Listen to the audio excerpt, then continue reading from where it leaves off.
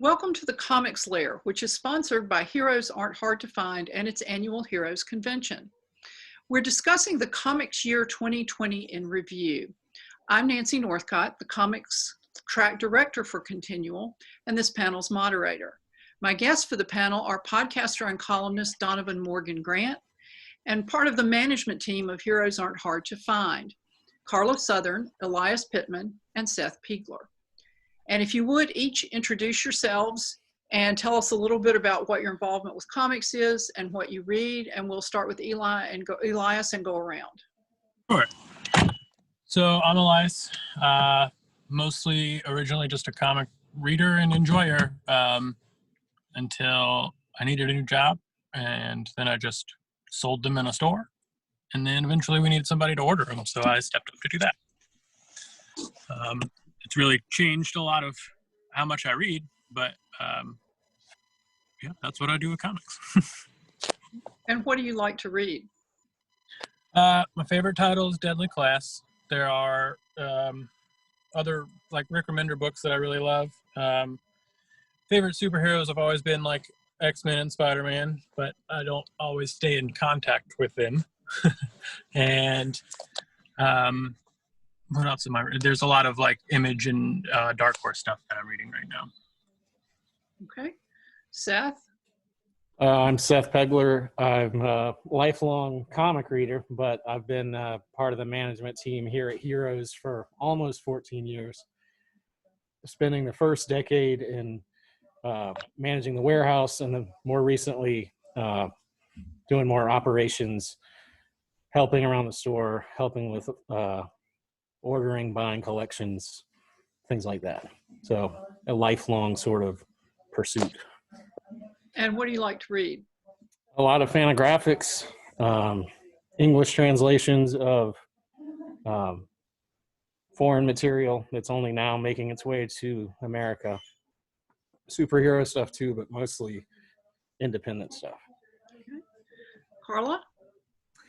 I am the event and creative coordinator for Heroes. I have a long, complicated history with how I got into comic books, because I went to the first Heroes convention June 13th of 1982 in the womb, and I haven't missed one since.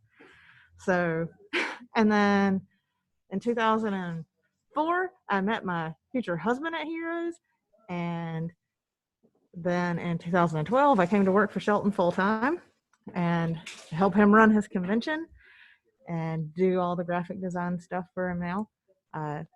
But yeah, so it's a long tenured history with comic books and Heroes. I like to joke that I was born to do this job. So, you know, that said, I like to read. I grew up reading Catwoman. My first issue of Catwoman I got on July the 13th of 1993, if that tells you how much I love Catwoman. And if Joelle Jones draws it, I'm reading it. If Joelle Jones writes it, I'm reading it. If Tom King writes it, I'm reading it. If Lee Weeks draws it, I'm reading it.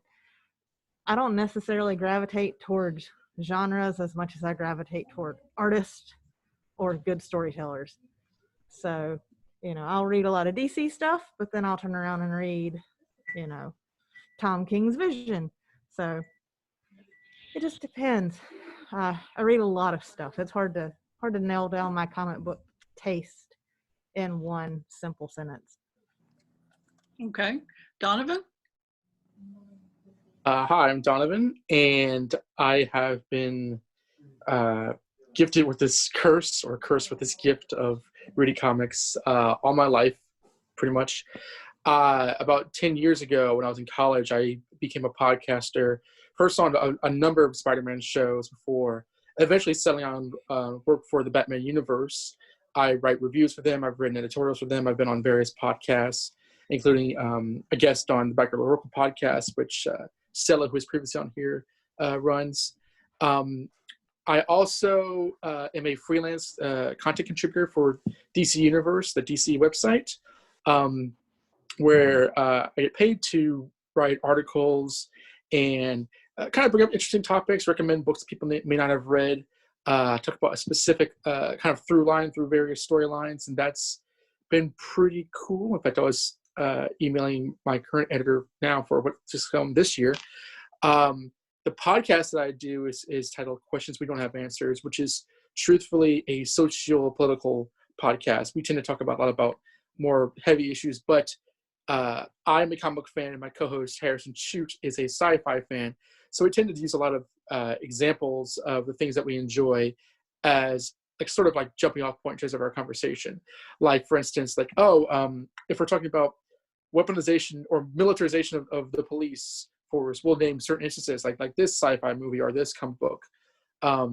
We talked about America in one episode, and we read Uncle Sam by Alex Ross. And so that kind of tends to be our rhythm on the show. We put a lot of airs in terms of being very serious, and then we go back to, like, you know, our nerdy inclinations. And that's those are the main two things that I do right now: QA and writing for the DC Universe website.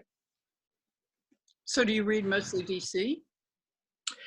I read mostly Batman. I was reading a lot of Superman since Rebirth. I think I've been reading Superman consistently for the last few years. But yeah, no, lifelong Batman fan, lifelong Spider-Man fan. So I read virtually all the Bat books. Definitely did this past year. I read both Amazing Spider-Man and Miles Morales. I get into more of what I enjoyed this year.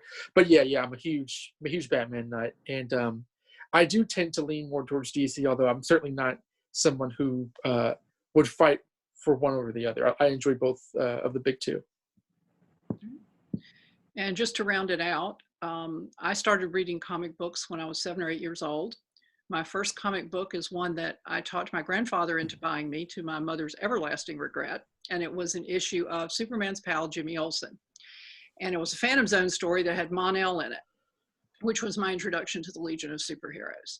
And so I worked briefly at Heroes. I volunteered for the Heroes Convention on occasion. And I cover some comics panel events as a volunteer for the Daily Dragon at DragonCon. And I read mostly DC, some Marvel.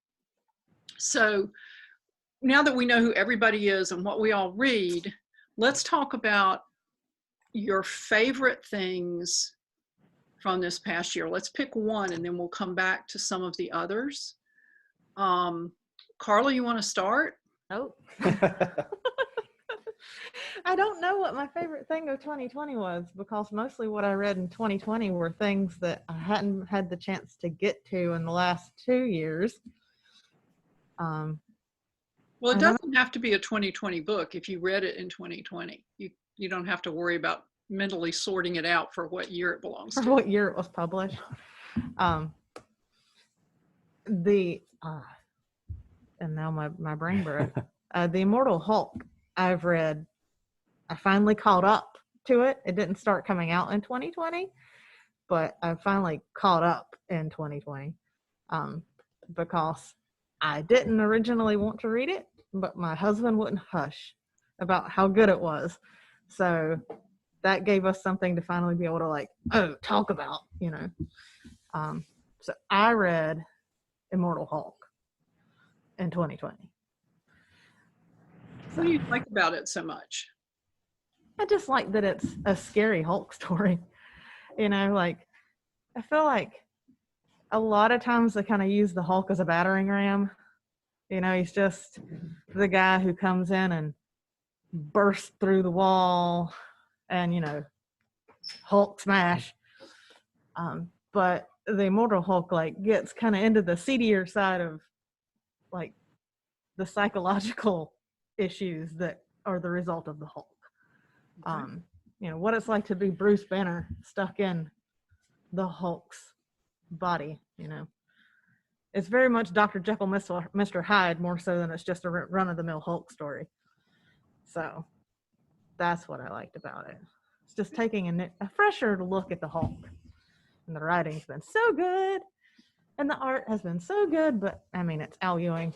So anything Al Ewing writes, I'm reading. Oh, wait, what's the new Al Ewing book? We Only Find Them When They're Dead. That came out in 2020. Yeah. That's good too. Yeah. So I'm sorry. I didn't mean to interrupt you. Are you done? Because I didn't mean to cut you off. Oh, no, I'm good. Okay. Elias, what about you? Within the last year, my favorite thing to happen is the world building within the Black Hammer series. Not usually somebody that'll keep track of a bunch of tie-in mini-series or anything like that, but the first main series got me so sucked in, I couldn't not. So this year they had Skull Digger and Skeleton Boy, Barbalian, and Colonel Weird all got their own mini-series started. And just like the rest of the series, even though they change artists for each character and sometimes writers for certain characters, all of it's been so solid. It's nice to be able to read stories with characters in it, and then if you want, you can go check out their side story and get their origins and all of that. But it's all still, you don't have to know years and years of history of other, past story. It all started within the last 3 years, and it's been solid all the way through. Mm-hmm. Donovan, what about you? Gosh, I think that although I'm a huge DC mark, and there's a lot of stuff to talk about from DC this year, my favorite book that I've been reading is Amazing Spider-Man by Nick Spencer. I know Nick Spencer had kind of gotten a little radioactive in fans' minds with the stunts he pulled with Captain America. But as a Spider-Man fan, ever since he came onto the book a couple of years ago, I've really enjoyed the sort of tone he's taking to the character. And the current storyline he's doing right now, this sort of wrapping up this Kindred arc, everybody says this eventually, but this is some of the best Spider-Man stuff I've read in a long time. Now I'll put all my cards on the table. I was one part of the loud majority that really despised One More Day. And the thing about Spencer's storytelling is not only is it very compelling and very suspenseful, but he's pretty directly kind of coming after that story. And although I'm not sure where it's going, he's not only kind of addressing the ramifications of what happened back in ASM 545, but also stuff that's happened even beforehand. I mean, he's digging into a lot of the 90s stuff, which is kind of when I came to the character, and involves Harry and Norman Osborn. It involves Mary Jane. He's utilizing a lot of the other Spider characters like Spider-Gwen and Miles Morales in a way which I like. It's definitely kind of a new era of Spider-Man where those characters are much more regular. But the thing about Spider-Man is that there's sort of this tightrope when it comes to how you depict him. Is he a goofy character? Is he a maudlin character? And I feel that oftentimes he's best depicted as a dramedy, but there's a real sense of pathos, I think, in the best Spider-Man stories. And I think Spencer understands that to a degree in which really resonates with me. On top of which, Mark Bagley is doing the artwork, and Mark Bagley is by far and away my favorite Spider-Man artist. And so even though he's definitely kind of, past his prime, I can't help but love it. So Amazing Spider-Man is by far and away my highest recommendation. And a lot of that is very, very subjective and precious to me. But if I'm being honest, I love it. So that is my number one book for the year. And I'll say, okay. And Seth, what did you like last year? So with the craziness of 2020, I actually tried to get back to the escapist quality of comics that it's been several years since I was able to enjoy. So I had 3 books I go back to all the time. One is a book called Paramus, which is from, I believe, Fantagraphics. It's drawn by Alberto Breccia. It's a book about Argentinian politics with a bit of magical realism. I love that book from this year. There's another book called Toy Box Americana by Tim Lane, I believe also from Fantagraphics, which takes a single image on one side of the book or one page, and the other is just a short story about that. So it's kind of subverting what's typically done in a sequential comic. That's a book you can open up and read little bits of at any point, but it's not a through line. It's more about a tone or a theme that goes throughout the whole book. And then the book I probably love the most from this past year is called Cowboy by the cartoonist Ricky Veladsen from Denmark. where she kind of twists gender roles against the backdrop of spaghetti Western film scripts. So it's a graphic novel where she's inserting bits of dialogue that wouldn't typically be spoken by certain characters. Pretty fascinating book. So those are three I liked a lot. Well, since nobody else has mentioned it, I'll put in a plug for Hawkman. Mm. I really loved that book. I hate that it had to end. The art in it was uniformly excellent. It was several different artists who did it. Robert Venditti's story was cohesive, and it pulled all of Hawkman's legend together. And the way they wrapped it up, even though I hate that they had to wrap it up, it just worked brilliantly. And he pulled in some of Hawkman's friends, Adam Strange and the Atom. And I was just really sorry to see that book go. And it's now coming out in trades. So people should go read it in trade because it's really good. Anytime you can sneak Adam Strange into a book, though, that's infinitely better. I love Adam Strange. Isn't Tom King writing an Adam Strange book right now? Yes, he is. Oh, yeah. How about If we're that? giving away honorable mentions, though, I dare say the book that maybe brought me the most joy in 2020 is Nathan Pyle's Strange Planet and Stranger Planet. Oh, yeah. And that's, if you're not familiar with Nathan Pyle's Strange Planet, please do yourself a solid and look it up. Look him up on Facebook or Instagram. It's these little blue aliens who, you know, it's just day-to-day things, but, you know, their observations are alien. So, you know, it's like, you know, sleep and what is it? Imagine pleasant nonsense. Yeah. So instead of having sweet dream, imagine pleasant nonsense.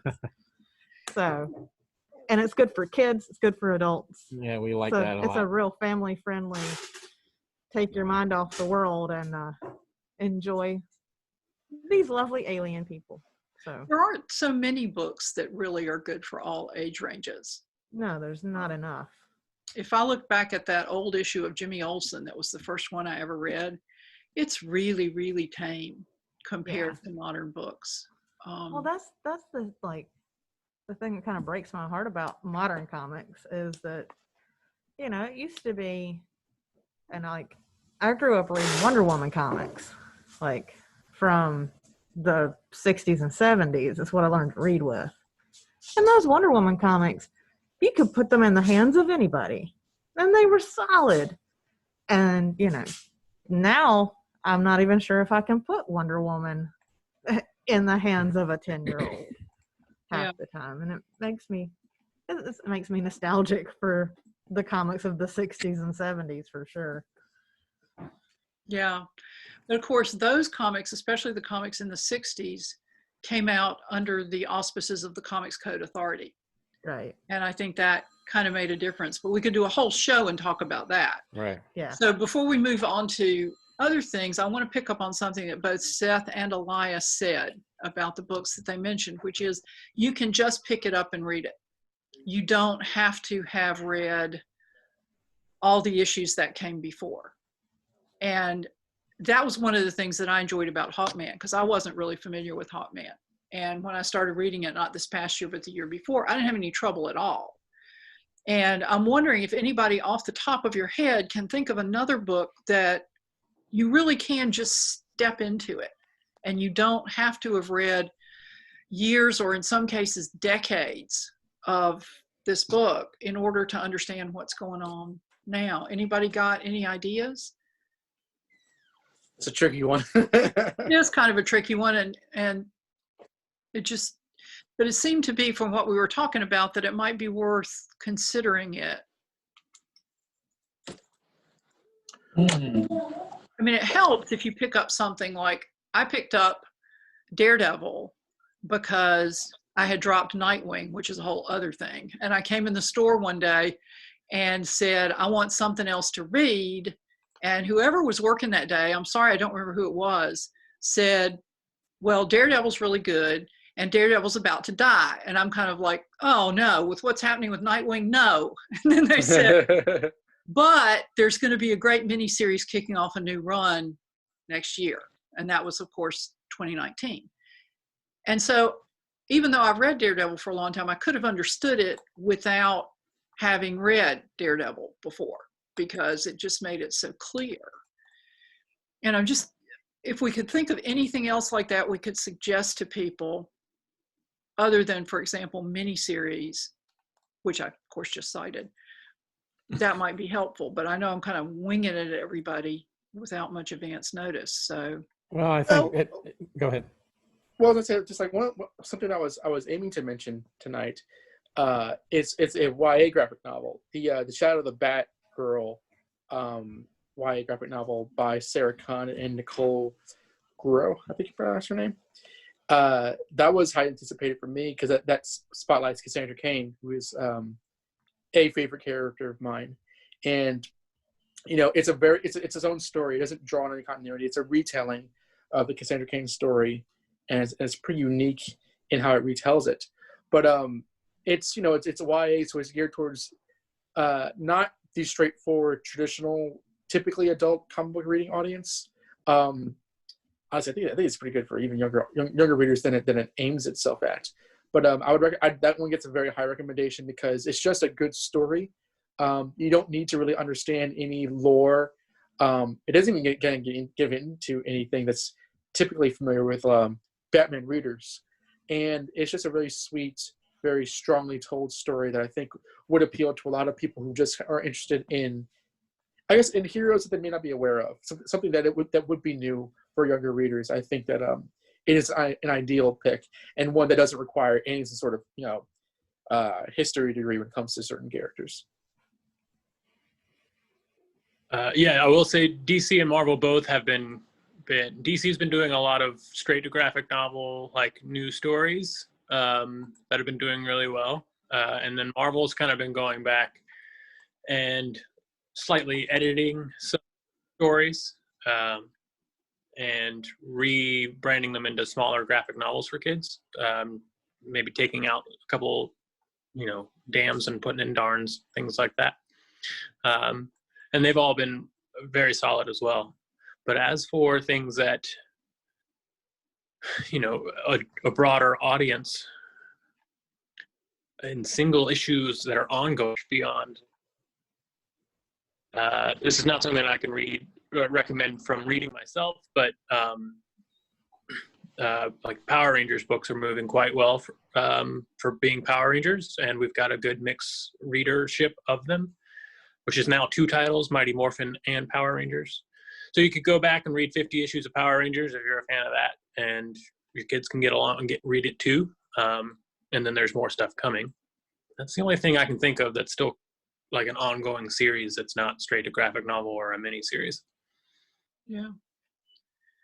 So much of youth or all ages publishing tends to be driven by standalone graphic novel or collected versions, which probably similar for the adult audience to some degree. You can tell that monthly comics are being written for a collected version a lot of time. Right. So it's a little hard to say a specific thing, but it does kind of come down to the accessibility that was alluded to earlier, where maybe in the past it was easier to pick up a random Spider-Man issue and kind of have a whole experience without being part 3 of 5. Yeah, where it was a monster of the week kind of situation. Right. And that's just the way that the industry's changed, for good or ill. Yeah. I mean, there's some stuff like the Teen Titans book that's been coming out that has like Lobo's daughter is even that, like, where it should totally be a kid's book. It's not necessarily a kid's book. And Strange Academy is I feel like it's kind of the Marvel version of the Teen Titans. And it's still very teen. It's not necessarily an all ages grouping. And there's no reason that like an all ages book can't be written for everybody. Like even like, I'm just trying to think of an all ages book that is great. There's a lot. Like Bone. Bone is, I think, the greatest example of if you write a book well, it reaches everybody. So we need some more Bone. Yeah, and it's a lot of graphic novels as opposed to right. single issues. So Yes. sure, I think the statistics suggest that the area of most growth in the comics industry is the young adult all ages market. But I think they're producing standalone graphic novels more frequently because so much of that they want to be able to put in bookstores along with comic shops. So, yeah. Well, is there anything else that you all like that maybe wasn't your favorite thing that you read this year, but you enjoyed it a lot?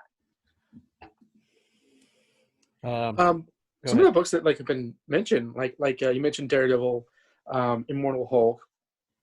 I've been solidly enjoying that. I mean, when it comes to Daredevil, I loved the Mark Waid run, and then the Charles Soule run I felt was kind of just a very sort of box standard, back to basics. So I kind of skipped out on that era. But the Chip Zdarsky stuff, I am just thinking it's a pretty reliably Daredevil, the kind of more the darker version, which I like, but that's certainly a oft return to tone of the book. But I think the storytelling in that is pretty good. And with someone else, as previously mentioned, Immortal Hulk it's a great horror comic that just happens to be about the Hulk. I think it's just been brilliant, and arguably what can be argued as at one point or another Marvel's best book, I think. Well, I'm really enjoying it. I mean, I'm really grateful to whoever was working that day who recommended that I should pick it up, because it's a real character-driven book. And right now it's looking at the responsibilities that come with being a superhero and the consequences that maybe come from your choices. And comics don't always look at that. We just suspend our disbelief and we roll on. And I thought it was really interesting the way they've examined those issues. And especially, well, we'll get into that later, but I just think it's really engaging in the way it looks at the character. Mm-hmm. I agree. I will say I was expecting when I heard Zdarsky was going to be on Daredevil, I was like, this is going to be a different Daredevil. But it took almost the opposite tone than I thought it would be. Sometimes Chip can just be so outwardly funny, and Daredevil is not usually a very funny guy, and he's doing even better than I thought he would with it. But it also is a completely different tone than I was even expecting. It's a great book so far. Anybody else want to add anything you liked this year? The only thing I'll say is my favorite single issue of the year was a new Image book called That Texas Blood, which is a crime story set in Texas. In the first issue, I think a lot of us on staff were really impressed with not only the strength of it being a first issue, but how it managed to stand alone as a singular story and also kick off an ongoing series. So that was impressive to me. I'll also throw in the Mike Allred David Bowie book. Yeah. That Bowie book was amazing. And it really is it's just a biography set and graphic novel version. It's, if you like David Bowie, if you're even faintly interested in David Bowie, that Mike Allred book is for you. It's so good. Yeah. So. Well, I'll put in a plug for Once and Future, because I've really enjoyed the spin that they put on the Arthurian legends. Agreed. And the story just moves right along. It's cohesive, it's detailed, and the artwork is perfectly suited to the subject matter. And so that's one that I've really been enjoying. And Far Sector, because she's a different kind of Green Lantern. And she's operating solo. There is no Green Lantern Corps to come to her rescue when she has a problem. And the world building is so detailed that I really like that book. It's one of the ones I look forward to every week. Anybody want to add anything to that, or should we move on? I think I will just add one more thing, and I will say that I have been digging James Tynion's Batman run, plain because it's just more comic booky, like the militarized sort of like mission laden Batman stories, which have kind of been proliferating the book for a while. You know, that has their pluses and minuses, but I like how Tynion, who's a similar age to my age, like he kind of just makes it feel like a Batman like superhero comic. I mean, it's certainly not farcical, but like it takes itself a little less seriously. But he just came up with this big Joker war story, and I feel like they could have gone a lot worse than it did. He's doing interesting things with Batman, and he's incorporating a lot of the supporting characters in a way which makes a lot of sense. And so that's been a book that's been like surprisingly reliable, I find. After a long time of that book being very, very like high stakes and kind of very, very roller coastery in terms of like what the writer is going for in the hit ratio in terms of like success and failures, I think. So I'll just throw that out there. Okay. Well, let's switch gears then and talk about some of the things that we read this past year that maybe didn't quite hit the mark.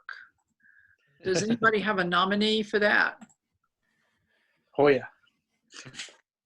But is anyone? I just spoke. Does anyone else want to go? Go ahead. Knock yourself out. Batgirl.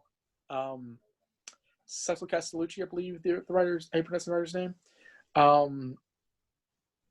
I really didn't care for that a lot. You know, I read it till its completion. I wrote a review on the last issue on the Batman universe, and I think with that, it was just a case of, I think it's more so DC rather than Cecil Castellucci as a writer, but just a lot of things that they were kind of trying to do with Barbara Gordon in terms of like what her goals were and how they were conflicting with her life as Batgirl. I just feel that like a lot of times it didn't make a lot of sense. The final issue kind of builds up to things that you would predict would happen logically in terms of where the character is developing, and they just don't end up going where they kind of tell you it's going in a way which doesn't make a lot of sense to me. And yeah, when the series ended, you know, it wasn't one where I shed a tear. That was my least favorite book that I've read this year, to put it lightly. Anybody else want to weigh in? Okay, so not in terms of quality, but in terms of quantity, I had to give up on X-Men and everything involved. I mean, as soon as I have to read 9 titles to keep up with a storyline, I'm intimidated to the point where I'm not going to buy the first one. But I do have faith in Jonathan Hickman as a writer, so I don't doubt that it'll be a good book for a trade weight for me. But House and Powers, the setup for all of it, really got me excited for it. And then I was let down maybe 10 issues later as soon as it started crossing over into all the titles. But as for books that didn't hit the mark for me, I don't know that I even picked enough up to let that happen this year so far. It was a strange year. Yeah, it was a strange year. I will second Eli's frustration with X-Men. Like House and Powers, so good. Hickman is, when he's in his element, dude, he's in his element. And like I enjoyed those so much, but then when I realized that there's a reason I stopped reading the Avengers books in like the mid 2000s, early like 2012, 13, because there were too many Avenger titles. You couldn't keep people's, story straight. And I fear that the X-Men's heading into that same murky cesspool where like you can't read them all and keep up with who's doing what, especially when they come out multiple times a week or multiple titles a week, right? Like it, and in these trying times, like it's a little gregarious to expect somebody to throw down $4.99 for per issue for 7 different titles when it's just too much. Yeah. So like Eli said, it's one of those things. I'll definitely wait and read it when it's all collected. Right. It's something we talk about amongst ourselves and the staff. You know, you want to always find at least one or two things a week to get excited about, and I love that we all try to do that. But 2020 was a hard year to find entertainment as a comics retailer or organizers of a convention. Well, and books weren't coming out from March until late June. And then everything was, I mean, we're still dealing with things that should have already come out, that now their release date is February of 2021 or March. I think, it so much of 2020 in comics is about improvisation. Yeah. And how to survive, whether you're a creator or a retailer. So that was the focus. And I think that the books we talked about enjoying, the common thread for those of us on the Hero staff is it was kind of accessible or standalone. So that there's something to say for that regarding our experience. And in 2020, it was a benefit to like Hawkman to be able to jump in on a title that you didn't need to know anything about. Yeah. Because sometimes you don't need to know what has happened. The past is real scary right now. Let's just read about a refreshing future. Yeah. So. Yeah. We know that's always been one of the appeals of the Legion of Superheroes. It's a dynamic, upbeat future. And for me, that was a book that didn't quite hit the mark yet. And I have to look at it and think, am I feeling that way because it's so different from the Legion of Superheroes I grew up reading? Or am I feeling that way purely as a reaction to what's on the page? And I think it's not so much the differences with the Silver and Bronze Age Legion that bothers me. It's that the story arcs abruptly terminate and shift. And so you get absorbed in a storyline and then we cut to something else. And I'm still reading it because overall I like it, but it hasn't quite clicked for me yet. Karla, did you want to add something to that? No, I was just giving Marley the thumbs up that I had muted the mic so she could open the door. Okay. Well, and the other thing that didn't quite work for me was the end of the mercifully at last provided end of the Rick Grayson storyline. There we go. I was waiting. That surprises none of you. For it. I was waiting for it. But I just thought, I thought Dan Jurgens did a decent job making lemonade out of the lemons he was handed. Mm-hmm. But we got mind control again with Joker War. So we learned that mind control is behind Rick Grayson in the first place. And then we have mind control with Talon. And then we have mind control with Joker. And it's like, is this book going to be about something else at some point? Nancy's working on her pitch for Spitewing. I'm thinking about it. But it's just, I think that the combination of Year of the Villain and Joker War, that's a book that those two crossovers really messed up. I think Jurgens would have done a more cohesive job, because I liked his earlier run on Nightwing, had he not had to adapt his story specifically to fit those two crossovers. Right. Yeah, I would agree, because like I don't think I ever disliked Jurgens' writing. It was just like the story that just, and it's not even that bad of an idea, but it went on. It wore out its welcome far faster than I think they wanted to, and it felt like DC was just insistent. And I don't know if that's another Dio thing or what have you, but even when it wrapped up, it was kind of like, this feels like it should have happened like a year ago. So yeah, I agree. Well, much of Nightwing Twitter was hoping it would have happened 18 months ago, but 18 months before it did. But there are people who liked it, and no offense to them, we all like what we like and we enjoy what we enjoy. But for me, it really didn't work that well. Oh, it's just such a 90-degree turn from, or even a 180 from like what Nightwing's established and understood character arc is. So one of these things is not like the others, and it was definitely that Grayson. Yeah, and if you have to spend anywhere from 2 to 5 pages at the beginning of a book, which has 22 total pages in it, explaining to the people who bought this book called Nightwing why they're not actually seeing Nightwing in action, Yeah. then that would seem to be a reason to reconsider. But, you know, like I said, some people liked it, and that's fine. I think that the idea of the cops in Bloodhaven, in his absence, kind of being Nightwing themselves, is kind of more compelling to where, let's say that Dick did get his memory back and just kind of had to slowly regain his skills while that's going to be the kind of the tension. But instead of tension, it's just sort of your patience is being worn out because the outcome that you're wanting is far outweighs the interest of what you're left with. And that's just, it felt so editorially mandated that I don't blame Jurgens at all. It's just, you know, it was like a 2-year storyline that should have been 6 months. It was a Clone Saga. Well, I think that's a good way to put it, that what you're waiting for versus what you get is so different.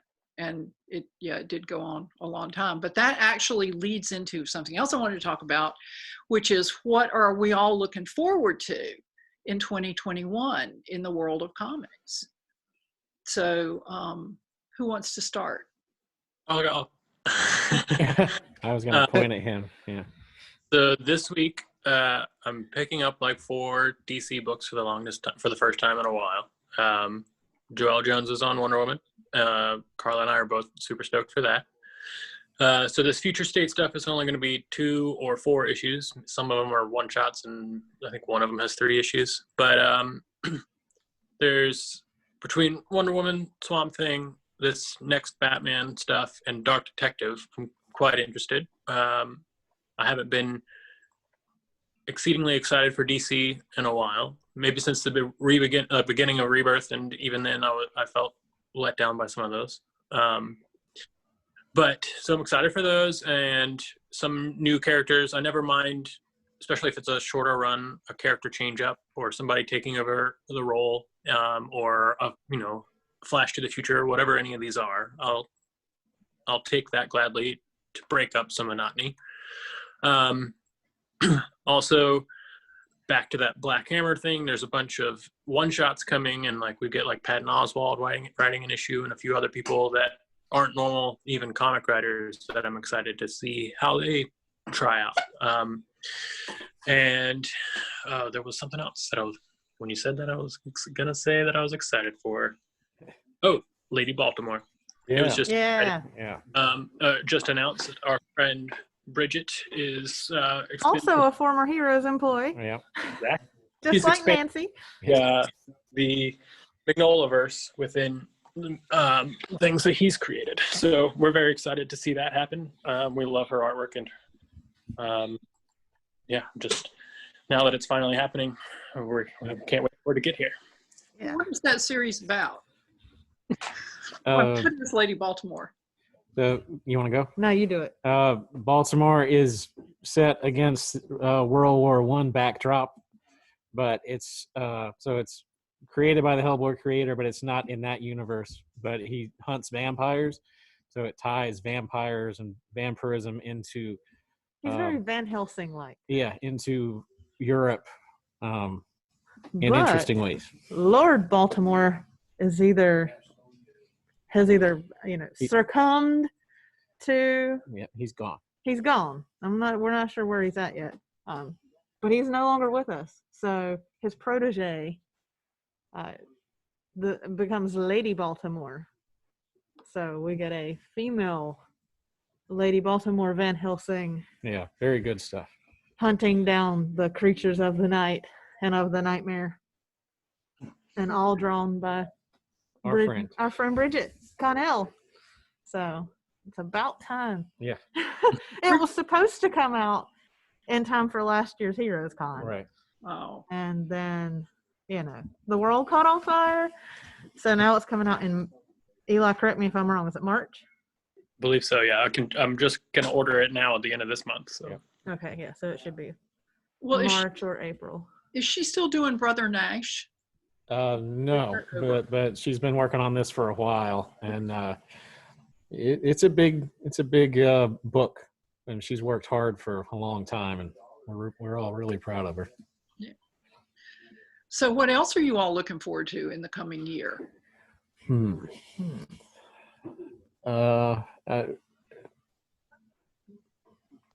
just going to say more Fantagraphics books, so why don't you go? I mean, I'm hoping that, Nathan Pyle has done Strange Planet and he's done Stranger Planet, and I hope he does a Strangest Planet. Yeah. So that we go through all our correct, Right.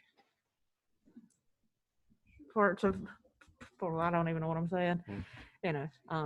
Oh, I have one mainstream thing I can say. Oh. I love 70s Marvel, and they're doing several epic collections of Morbius and Power Man, and that's kind of my favorite era of the past few years, is all the weird 70s Marvel horror. So yeah, good stuff. Yeah. Donovan, did you want to add anything? Yeah, I've been thinking about it, and because Future State is kind of an odd thing, I'm looking forward to seeing what Tinian's got lined up this year. I'm looking forward to seeing how Zdarsky continues his Daredevil. Definitely looking forward to how Spider-Man continues. And I mean, overall, I've been pretty happy with a lot of the books that I've been reading. I don't think that any of the books are on a currently bad trajectory. So I'm looking forward to seeing how, especially with sort of the energy that kind of goes into 2021 with a lot of different things. I'm looking forward to kind of seeing how the books that I've been digging in terms of Batman, Spider-Man, Daredevil, kind of stuff, and Immortal Hulk continue basically into the new year, more or less. And I don't know if there's anything that's going to be new and spontaneous that I'm aware of that might be interested in, but definitely the books I'm reading right now. Well, I'm really looking forward to seeing where Daredevil goes with this recent development with Elektra. Oh, yes. What happens with that? I don't want to spoil it for people who maybe haven't read it yet. And wait, what happened? No, I'm joking. You just want to go back and sell more issues of issue 25. That's always, that would be nice. Yeah. But I want to see where they go with that, with Daredevil. And want to see where Far Sector is going and what happens with Joe in that book. But it will surprise nobody who's ever met me to know that the book I'm really, really mostest looking forward to is the new Nightwing book. So Taylor, right? Yeah.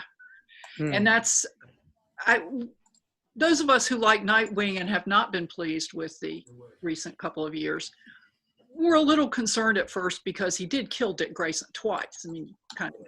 But as he said on Twitter, if I kill him now, I'm out of a job. So I think he's safe. So, and he seems to have a really positive, upbeat view of the character, and they've gotten the bat off of his logo. Yes. So, yes, the year of Nightwing, 2021. And I'm hoping that the Legion of Superheroes will click for me, because there are a lot of things I like about it. It just hasn't quite made me go, yeah, this. There have been a few of those moments, but it hasn't been really consistent.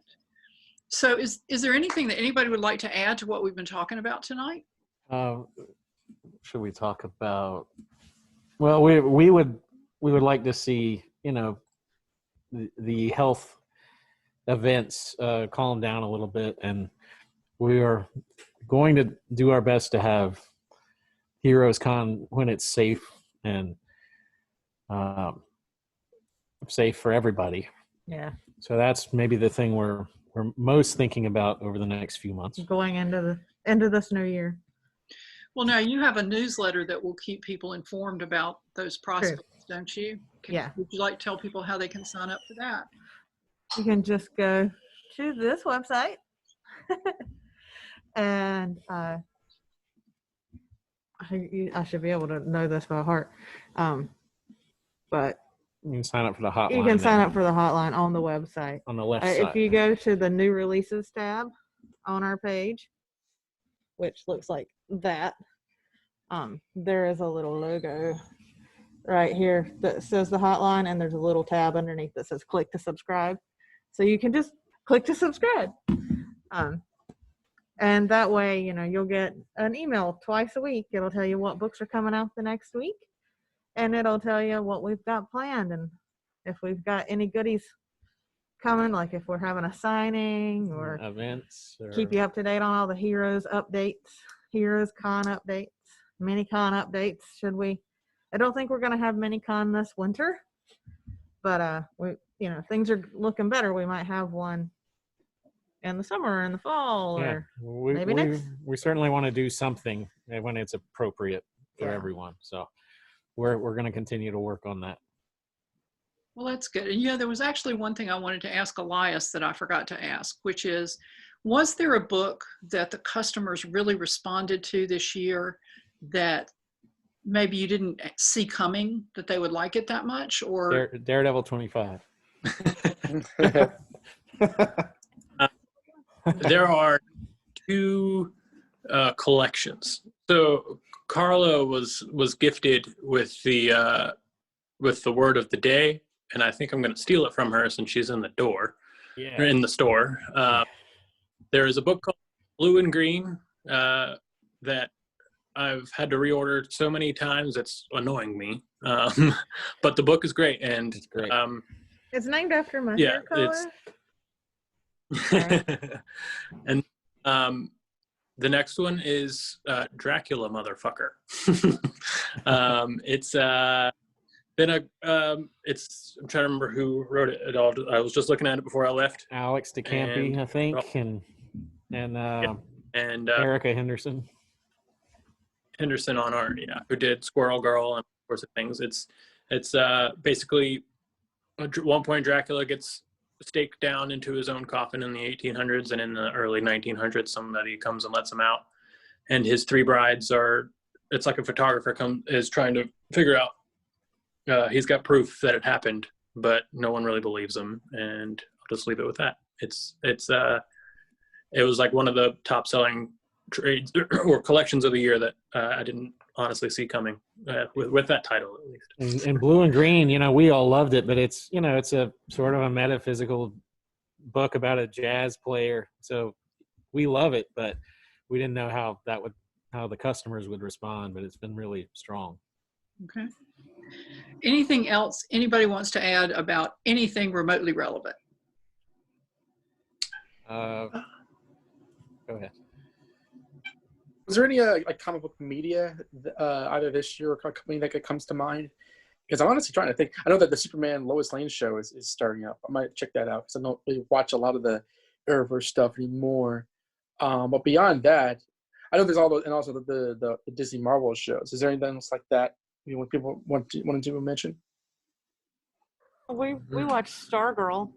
Yeah, that was fun. Stargirl was fun just because it brought back like the Shining Knight and JSA. The JSA. Like, I didn't actually care as much about Stargirl as I just wanted to see the JSA. Yeah, Sandman. Nice. Like, there's Sandman, the Shining Knight, though. Like, I love the Shining Knight, and I hope Vigilante's going to show up. I need Vigilante to show up. Yeah. And with the Marvel shows, if you think if the release dates hold, then by the end of the year, we'll have multiple series happening. So the idea for me is if somebody can go see a WandaVision episode and then come in and we can show them comics that may have something to do with that. We can That's refer exciting. them to Tom King's Vision or the House of M. Right. And if we get more series like that, I am optimistic that customers or viewers will come in and find a love of comics because of these medias. Yeah, I'm looking forward to the Black Widow movie. Well, yes. Someday there'll be. Yeah. Although, speaking of things that we were looking forward to that we were disappointed in, I watched Wonder Woman 1984 last night, and I'm still not sure what I watched. I will say I didn't hate it. I just didn't understand it.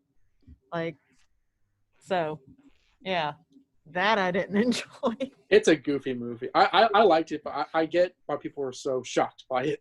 I didn't hate it. It wasn't the worst thing I've ever seen. I watched Fever Pitch. I paid good money in the theater to watch Fever Pitch, and that was garbage.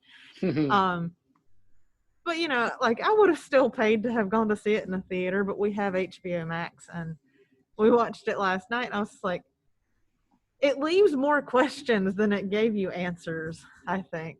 So, it was a confusing movie. Yeah, but that first 30 minutes rocked. Yeah, the first 30 They did. minutes were great, and then it departed from there, and it was just like the suggestion box, like a corporate office where everybody throws in a suggestion, and then they're just like, oh, we'll use all of them. We're not going to select the best ones. We're just going to put them all in, and everybody gets 5 minutes of the movie. And that's why the movie was 3 hours long. Well, there were things about it that I liked apart from the first 30 minutes, but I didn't love it as much as I'd hoped to. Yeah. There were good, like, the sad thing is I feel like there were a lot of good elements, but they just didn't go into detail about those elements. And, you know, again, I didn't hate it. It's got a lot going on. Yeah. Well, I think that's a good point to wrap up. I'd like to thank all of you for joining me on this panel, and I'd like to thank everyone who watches it, and also like to thank our official sponsors, Heroes Aren't Hard to Find, and the Heroes Convention. Yay! Thank you.